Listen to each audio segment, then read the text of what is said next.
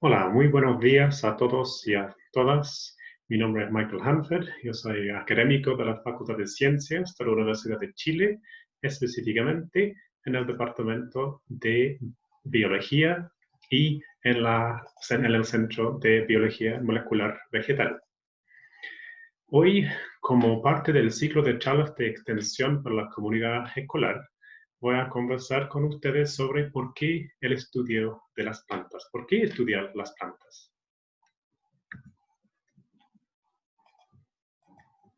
Bueno, para mí y para muchos, las plantas realmente nos sorprenden. Aquí hay una foto tomada hace unos años en el norte de Chile, en las afueras de Copiapó, luego de una lluvia. Y como podemos ver, una serie de plantas han podido germinar y florecer atrayendo sus polinizadores luego de un periodo de larga sequía, aprovechando justamente de esta lluvia. Esta capacidad de plantas para sorprendernos, para fascinarnos, es un aspecto que es celebrado muy frecuentemente en distintas partes del mundo como parte de un día de fascinación de las plantas que se celebra todos los 18 de mayo. Y los invito a visitar a esta página web donde pueden encontrar muchas actividades realizadas en Chile y en otras partes del mundo tanto por investigadores como por aficionados de las plantas. Las plantas nos sorprenden por muchos distintos motivos. Por ejemplo, pueden ser, son los seres vivos más longevos encontrados en la faz de la Tierra hasta ahora. Este pino se estima que es más de 5.000 años de edad y además son organismos sumamente grandes. Por ejemplo, esta secoya creciendo en norte de América mide más de 100 metros de altura y eso es sin contar su sistema de raíces que no podemos ver bajo la tierra. Y distintos grupos de personas estudian plantas por muy distintos motivos.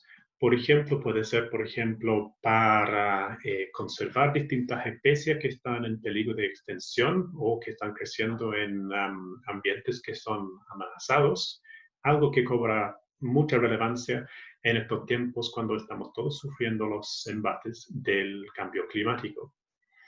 Además, se puede aprovechar y estudiar las plantas como una manera de mejorar nuestras habilidades de aprovecharlas para el suministro de alimento directo para nosotros o indirectamente como forraje para los animales, como fuente de distintos fármacos y otras medicinas para curar o aliviar los síntomas de distintas enfermedades y como fuente de energía, además de, por supuesto, materiales de construcción. Y otra razón es simplemente para entender cómo funcionan las plantas. Bueno, nosotros, como sabemos, sufrimos mucho de lo que está en nuestro ambiente. Este sufrimiento puede ser a través de distintas enfermedades que nos rodean, por ejemplo, causado por bacterias o por hongo o por virus, y también por distintos tipos de estrés que no son causados por organismos biológicos. Entonces puede ser extremos de temperatura, eh, muchos rayos UV que nos hacen mal también, viento o la falta de hidratación.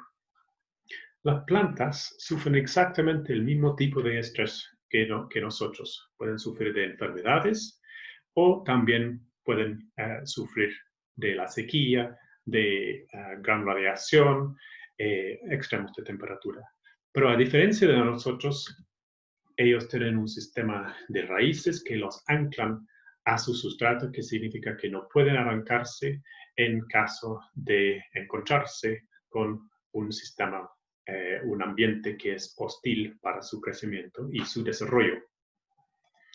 Las plantas entonces tienen una serie de adaptaciones realmente maravillosas que los permiten sobrevivir en condiciones muy adversas. Por ejemplo, aquí el sistema radicular de distintas plantas, distintas especies puede ser muy desarrollado, creciendo decenas de metros hacia napas subterráneos, por ejemplo, como en el caso de estos cactus candelabra, o pueden tener sistemas de raíces que crecen muy cerca a la superficie para capturar al tiro cualquier gotita de lluvia que cae sobre la tierra.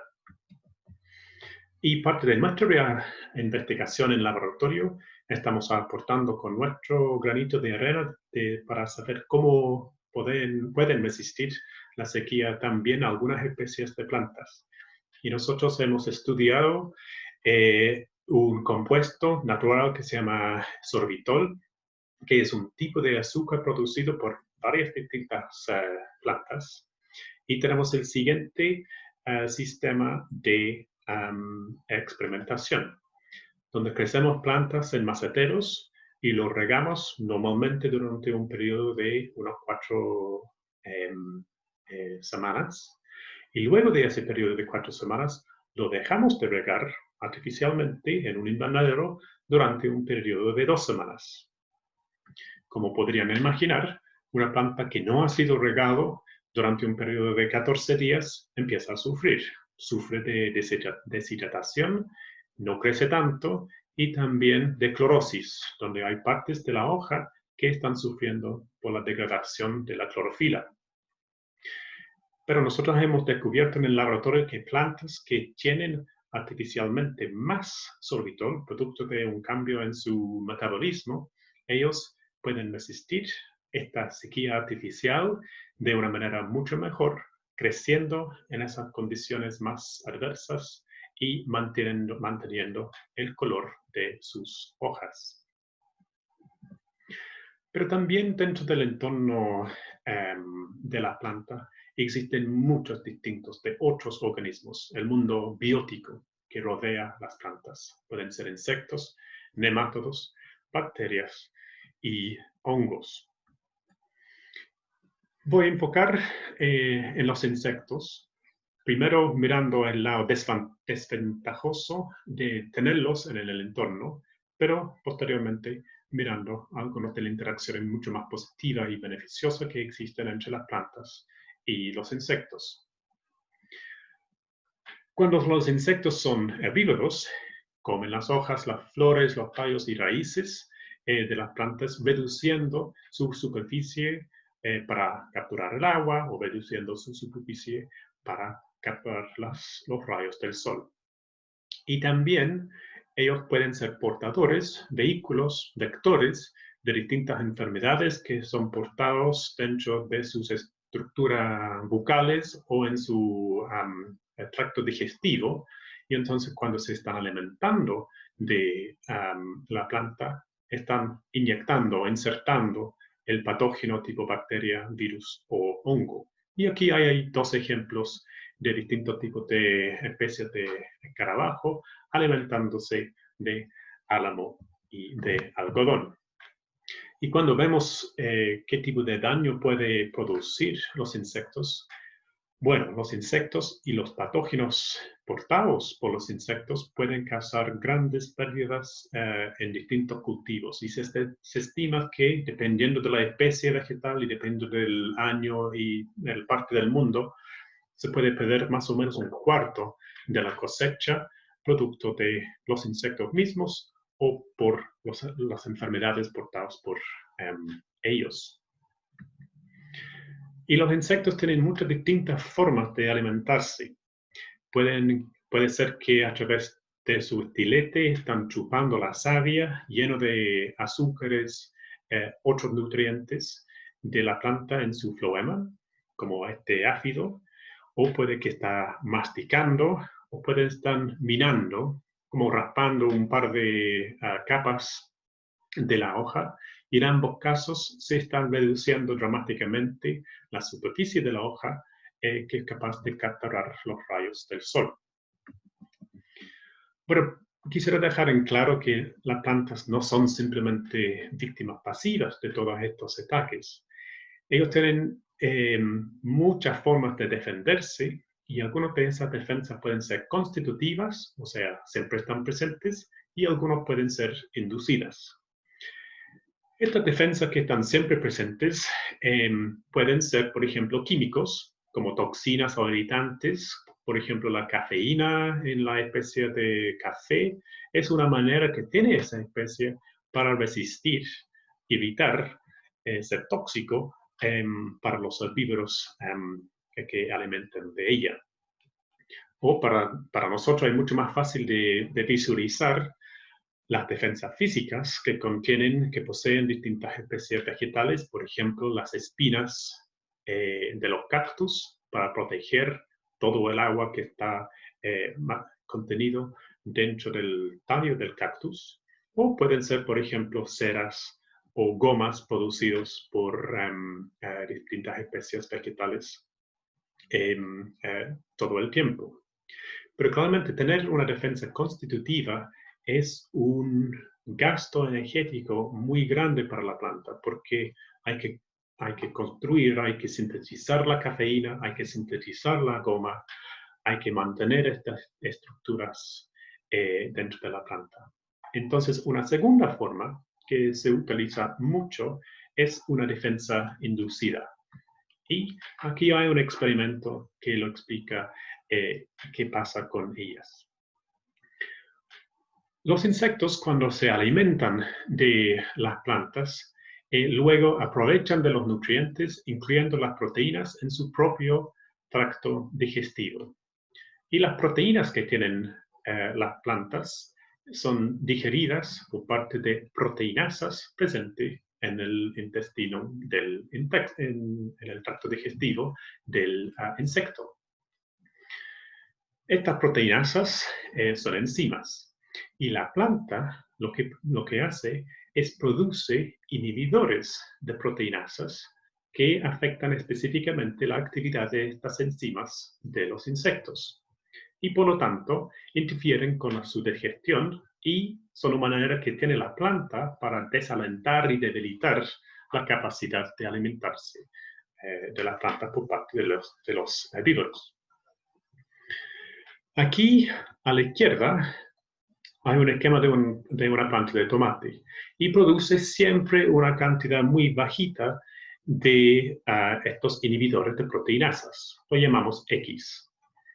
Pero en una hoja que está siendo atacada, está siendo comida por parte de un insecto, rápidamente se produce un incremento en la producción de estos inhibidores de proteinasas. Se cuadruplican dentro de 24 horas. ¿Y cómo lo hace? Bueno, la planta, y dependiendo de la especie, es capaz de reconocer compuestos específicos que están presentes en la saliva de los insectos. En el momento que se alimentan los insectos o mastican, ellos producen en su saliva distintos compuestos con distintas complejidades y esos son reconocidos por parte de la planta que últimamente conduce al incremento en la cantidad de compuestos antiherbivoría, por ejemplo, los inhibidores de proteinasas. Pero ¿qué hay entre medio? Entre medio hay una hormona vegetal. Y esta hormona vegetal se llaman es un grupo de hormonas que se llaman los jasmonatos. Los jasmonatos, su producción se gatilla producto de la presencia de estos compuestos de la saliva de distintas especies de insectos y por otros motivos. Y se gatilla la producción de jasmonatos que luego son percibidos dentro del núcleo de la célula y eso gatilla una expresión génica, una respuesta transcripcional, incluyendo la síntesis, un incremento en la cantidad de inhibidores de proteinasas. Y podemos hacer el siguiente ejercicio. ¿Qué pasaría en el caso de que una planta puede percibir la presencia del insecto a través de los compuestos en su saliva? Puede incrementar la cantidad de jasmonato, pero que luego no puede percibir ese incremento en la cantidad de jasmonato. Bueno, aquí hay un experimento que hicieron unos investigadores porque ya se sabe cuál es el receptor que percibe este incremento en jasmonato se llama COI1. Y cuando se ataca, cuando se coloca larvas de mosca arriba de plantas normales y arriba de plantas que son mutantes en este receptor que se llama COI1, mira lo que pasa. En la planta control, en las plantas normales, ellos son momentáneamente atacados, pero luego pueden sobrevivir. Pero la planta mutante, a pesar de poder incrementar la cantidad de jasmonato, no lo percibe propiamente tal y sufre por una gran cantidad de hemofilia, producto de las larvas de las moscas. Bueno, hace unos años, hace varias décadas ya se descubrió lo que es la hormona, la familia de hormonas de los jasmonatos. Y estos son muy predominantes en la planta del jazmín, que quizás algunos de ustedes tienen en sus patios. La familia de jasmonatos contiene uno que se llama metiljasmonato, y aquí está su estructura, y tiene la particularidad que no solamente actúa dentro de la misma célula, sino también puede funcionar a distancia porque es un compuesto volátil. Entonces, una vez que está en el ambiente, puede viajar cortas y largas distancias en la atmósfera y luego ser percibido por este mismo receptor COI1. Entonces, ¿qué pasa? Vimos recién que al ser atacado esta planta se incrementa 4 veces la cantidad de proteínas, inhibidores de proteinasas en la hoja misma. Pero producto de la síntesis de jasmonato en esta hoja, el jasmonato viaja por la atmósfera y es percibido por las hojas más distantes, más distales, y gatilla un incremento de unas 3 veces en la cantidad de estos mismos compuestos, los inhibidores de proteinasas. Entonces está como preparando, está alertando las partes más distantes de la planta que hay un insecto, hay un herbívoro en el vecindario. Es un sistema de alerta, de alarma. Y no solamente puede ser percibido por hojas de la misma planta, puede ser detectado por hojas de plantas muy cercanas a la planta que está siendo atacada, que es algo que se puede ver acá. Esta es la hoja que es inicialmente atacado y se incrementa la cantidad de ácido jasmónico y los otros jasmonatos en las hojas muy cercanas, y estas son más protegidas. Pero también aquí en estas hojas, en una planta que nunca ha sido atacado, también ya está preparada de una manera más avanzada. Otros compuestos liberados por plantas cuando son atacados por insectos que son herbívoros incluye 8 volátiles. Y estos 8 volátiles pueden atraer, por ejemplo, insectos carnívoros o insectos parasíticos que comen, que son atraídos a una concentración alta de estos volátiles y son atraídos y comen a los herbívoros o inyectan sus huevos dentro de los herbívoros mismos. Entonces, es una manera de atraer el enemigo del enemigo para protegerse. Es algo que es muy común en el mundo vegetal y su interacción con distintos insectos. Y por supuesto, hay distintos tipos de daño a la hoja que quizás para nosotros se parecen mucho. Aquí a la izquierda tenemos algún tipo de daño a una hoja y a la derecha, a la rápida, es un daño bastante parecido. Pero la de la izquierda está causado por un insecto y a la derecha está causado por el viento. Y solamente en el primer caso, ya que hay un reconocimiento de los compuestos de la saliva, hay un incremento en los jasmonatos y hay cambios en expresión génica relacionados específicamente con protegerse contra los herbívoros. En este caso, cuando hay un daño causado por el viento, eso no está ocurriendo. Pero la interacción con los insectos no es solamente una interacción negativa. Hay una evolución muy estrecha entre miles de distintas especies vegetales y miles de distintas especies de insectos, sobre todo en el proceso de la polinización. Y algunos polinizadores son muy especializados.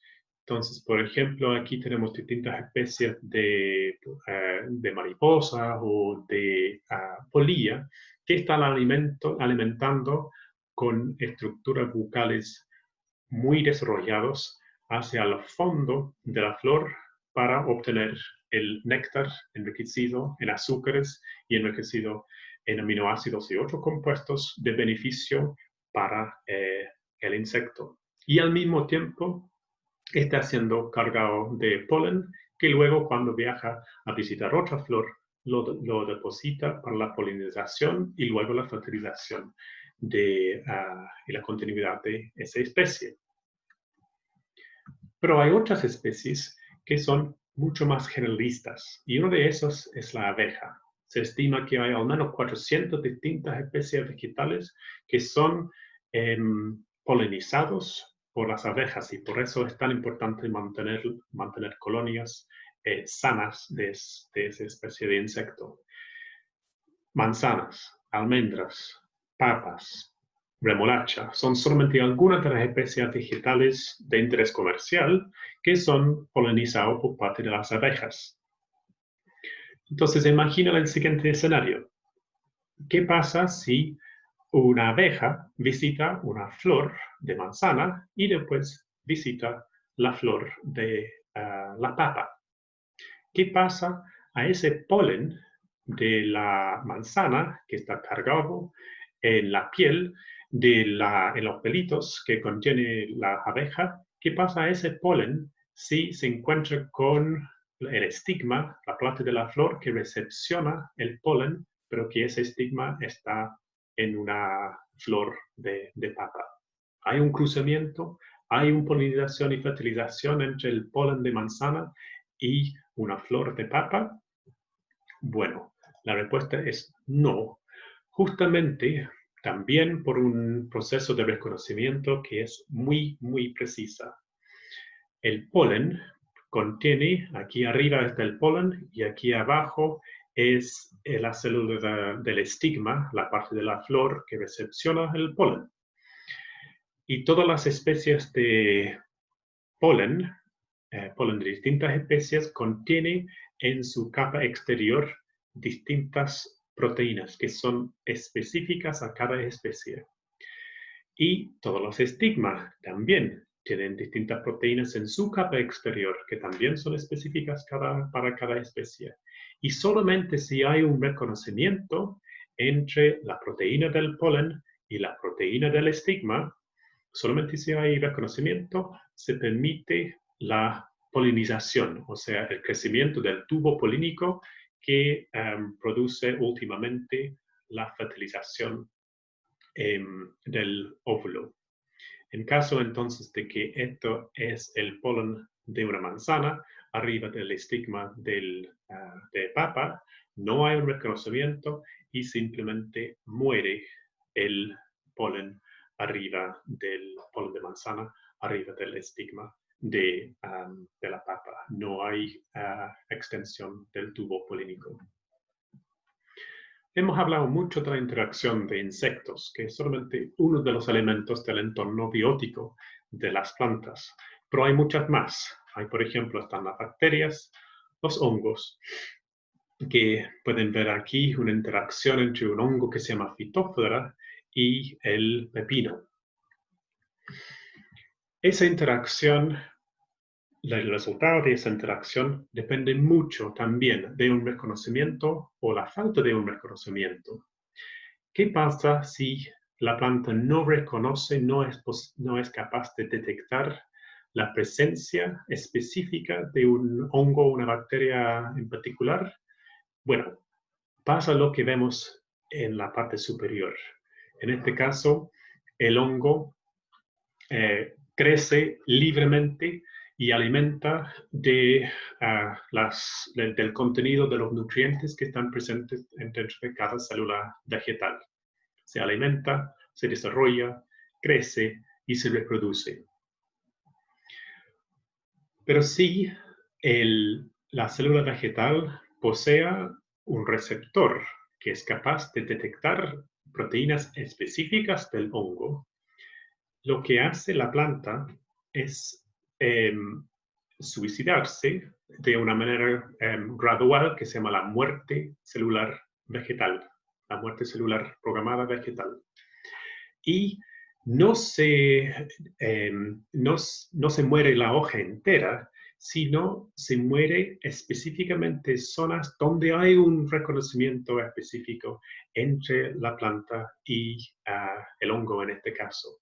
Y se puede ver esta muerte por estos puntitos de color blanco. Son blancos porque las células son muertas, entonces no poseen la misma cantidad de clorofila. Y ya que el hongo requiere de células vivas para su propia sobrevivencia, para alimentarse de esos, esto es una manera de morir en una zona muy restringida para proteger la gran mayoría del resto de la superficie del fruto o de la hoja. Y también requiere de un reconocimiento. Entonces, si hay reconocimiento, la planta es capaz de encerrar el patógeno, en este caso, en una tumba de células muertas. Y la hormona responsable para este proceso no son los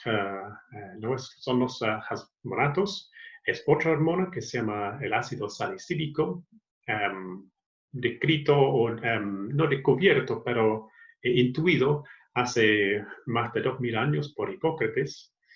Y el ácido salicílico tiene una estructura muy parecida a otro compuesto que nosotros conocemos muy bien, que es la aspirina, que se llama ácido acetil salicílico, y como pueden ver, las estructuras tienen la misma raíz, tienen la misma forma.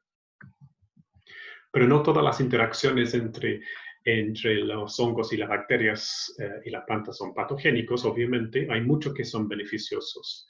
Y uno de los más importantes es la interacción entre bacterias que son capaces de fijar nitrógeno.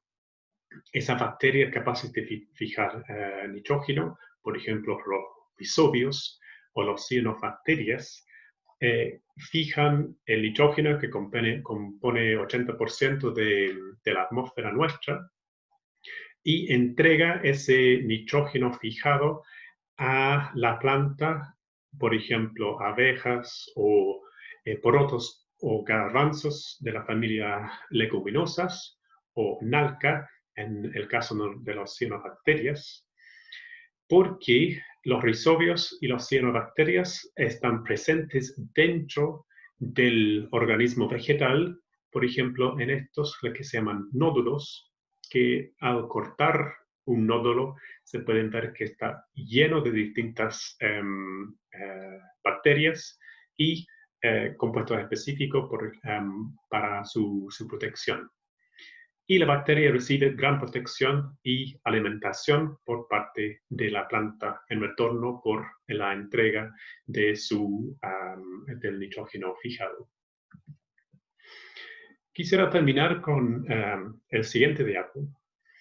Muchos de nosotros durante estos meses estamos sufriendo de una pandemia mundial y algunos países están saliendo más temprano que otros, producto de las distintas medidas que han sido tomadas.